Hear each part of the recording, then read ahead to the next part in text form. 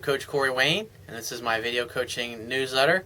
And the topic of this newsletter is going to be, she keeps telling me she isn't ready.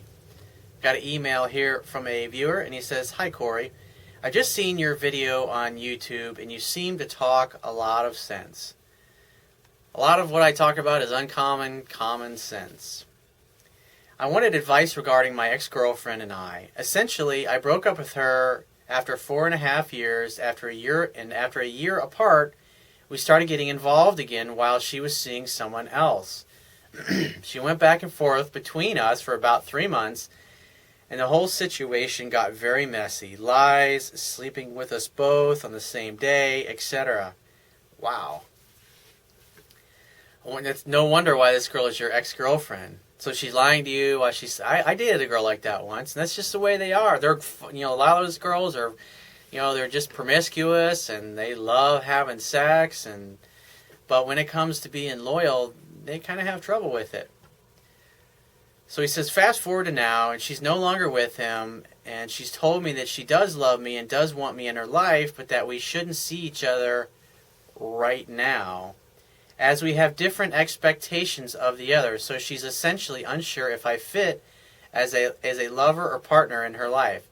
In other words, you wanted more than just a casual hookup and having a good time, and she wanted to keep it as a casual hookup, and in her mind, she realizes that the only way that she can continue on with you is if she commits to be in a relationship with you. And it's obvious that she doesn't want that, probably because you've been chasing and pushing too hard. At the end of the day, your job as a man in any relationship, whether it's a marriage, or it's your girlfriend, or a girl you have an open relationship with, or a fuck buddy, your job as a man is simply to create a fun-filled opportunity for sex to happen, which is also known as a date. And you just continually do that over and over and over again. And if you call a girl once a week, and you take her out once a week, and you show her a good time, and you seduce her, usually by the 3rd or 4th week in, if you're doing more things right than wrong, she'll start calling and texting you instead of waiting for you to call every 2 or 3 days. She'll call you the day after you went out on your last date and tell you what a great time she had, or that she was thinking about you.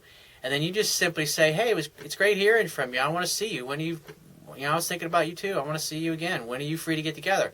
And then you just simply arrange your next date to get together. And as the weeks go by and you stick with that, what will happen is you'll end up spending more and more time with her. And it'll get to the point where she's calling you pretty much every day.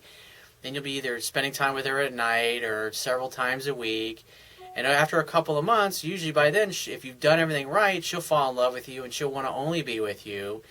And as time goes by, what usually ends up happening is women want more and more of your attention, to the point where eventually you end up living under the same roof, or you're married, or you're in a relationship together.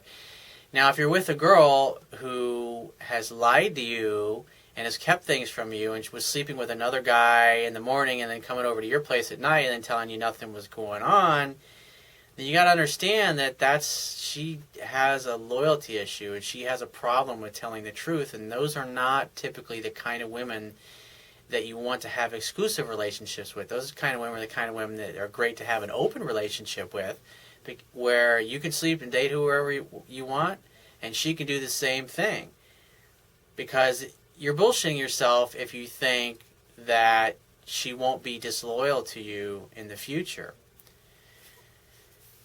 He says, "I want her back terribly, but while we've hung out, there's no sex, and she keeps telling me she isn't ready. Do I give her space, make her miss me, be her friend?" Definitely not be your friend, because that's not going to get you anywhere other than a really bad case of blue balls, which obviously, since you're not having sex with her, you've got a case of blue balls.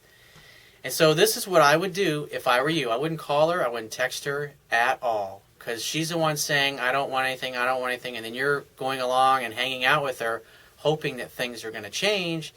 And so do this. Wait to hear from her. Next time you hear from her, you just say, "Hey, baby, how are you? What have you been up to?" Send 1 or 2 texts back and forth.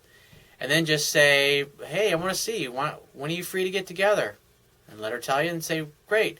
Why don't you come over to my place Tuesday night, bring a bottle of wine, and we'll make dinner together." And make definite plans or withdraw the offer. And she won't do that, or if she says, "I'm not sure, let me call you on Tuesday just to confirm things, then just say, hey, I'm really jammed up right now, and if your schedule's kind of up in the air, I'd rather just do it another time. Let me know what you want to do. And she'll either say, well, okay, we'll just do it another time, which communicates that I'm not really that high on seeing you.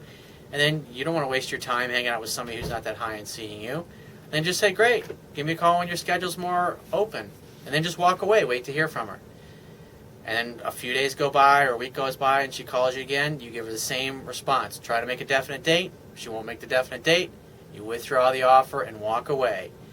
And this way it will cause her to start chasing you and then come in. Eventually when she does come over, unless she ends up disappearing completely, either she's going to come over, and say she does come over, and you start spending time together, make dinner together, and eyelash in my eye, that's always fun. So make dinner together, have a bottle of wine, and at some point in the evening while you're talking and you're letting her to do 70 to 80% of the talking by simply asking questions and getting her to talk, look for the signs. Is she playing with her hair? Is she twirling around her fingers? Is she touching your arm? Is she laughing at all your jokes? Is she standing too close when you guys are cutting up food together? Is she kind of leaning against you? And when she's touching you and she's that close and she's playing with her hair and she's doing all those little things, that means that touching is okay. Then you just look at her and just say, I think you need to get it over with and kiss me right now. And look her in the eyes and just say that. And 99.9% of the time when she's giving you all the signals and touching you and standing close to you and where she's bumping into you, she'll kiss you when you do that. And then you just start fooling around with her. Push her up against the refrigerator gently. Grab her by like her elbows and push her up against the refrigerator. Maybe grab her hair. Start making out with her and take your hand and rub the outside of her pants, the outside of her, rub her pussy through her pants. And whisper in her, just say, I fucking want you. I want to be inside you. You're fucking so amazing. And then just keep move her into the bedroom. And then just naturally 2 steps forward, 1 step back, 2 steps forward, 1 step back, just like I talk about in my book, until you get closer and closer until you end up inside of her and seduce her. And then have a great time, then get back to making dinner together, maybe have some dessert, maybe have some sex again after dessert. Maybe she stays the night, maybe she leaves. But then just wait to hear from her again.